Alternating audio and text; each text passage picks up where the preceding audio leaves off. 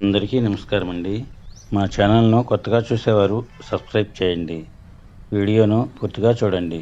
పూర్తిగా చూస్తేనే అన్ని వివరంగా తెలుస్తాయి. ఇంకా వీడియోలోకి వస్తే, ఆంధ్రప్రదేశ్లోని విజయవాడ దగ్గర ఉన్న నున్న మామిడికాయల మార్కెట్టు చాలా పెద్దది. ఇక్కడి మార్కెట్లోకి ఆంధ్రప్రదేశ్లోని అన్ని ప్రాంతాల మామిడి రైతులు మామిడికాయలను లారీల్లోనూ ట్రాక్టర్లలోనూ తీసుకొస్తారు. మామిడికాయ కొనేవాళ్ళు ఇక్కడికి వచ్చి మామిడికాయ కొని ఇతర ప్రాంతాలకు ఎగుమతి చేస్తారు. మామిడికాయ ఎక్కువ ఉన్నవారు ఎక్కువగా ఇక్కడి మార్కెట్కు తీసుకొస్తారు. తెలంగాణలోని హైదరాబాద్లోనూ కూడా పెద్ద మామిడికాయల మార్కెట్ ఉంది. ఇక్కడికి ఆంధ్రాలోని అన్ని ప్రాంతాల మామిడి రైతులు, తెలంగాణలోని అన్ని ప్రాంతాల రైతులు మామిడికాయలను తెస్తారు. ఇక్కడ మామిడికాయలను వేలంపాట ద్వారా అమ్ముతారు. అక్కడికి వచ్చిన బయ్యర్స్ ఎవరు ఎక్కువ రేటు పెడితే వారికి ఇస్తారు. హైదరాబాద్ మార్కెట్లో అలా ఉంటుంది.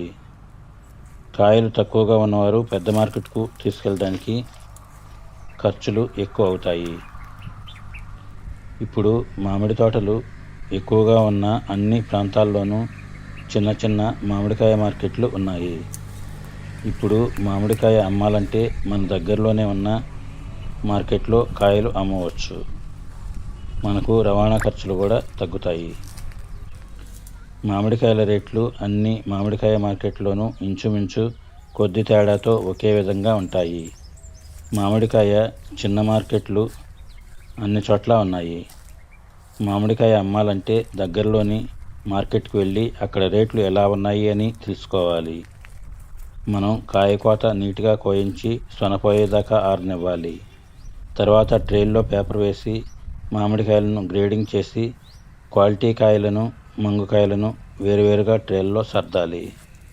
తర్వాత మార్కెట్లో కూడా క్వాలిటీ కాయలను ఒకలాటుగాను, మంగుకాయలను వేరేలాటుగాను పెట్టాలి. అప్పుడు మన మామిడికాయలకు మంచి ధర వస్తుంది.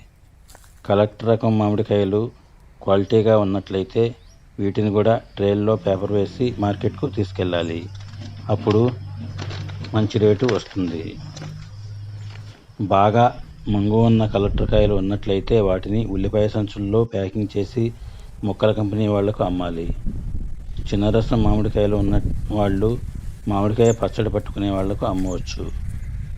మన దగ్గర పెద్ద రసం, చిన్న రసం, జలాలు, కొబ్బరి మామిడి, తెలుగు రసాలు, నీలాలు మొదలైన అన్ని రకాల మామిడికాయలు ఉన్నప్పుడు అన్ని రకాల మామిడికాయలను అమ్మే మార్కెట్కు తీసుకెళ్తే వారు మన మామిడికాయలను అమ్ముతారు.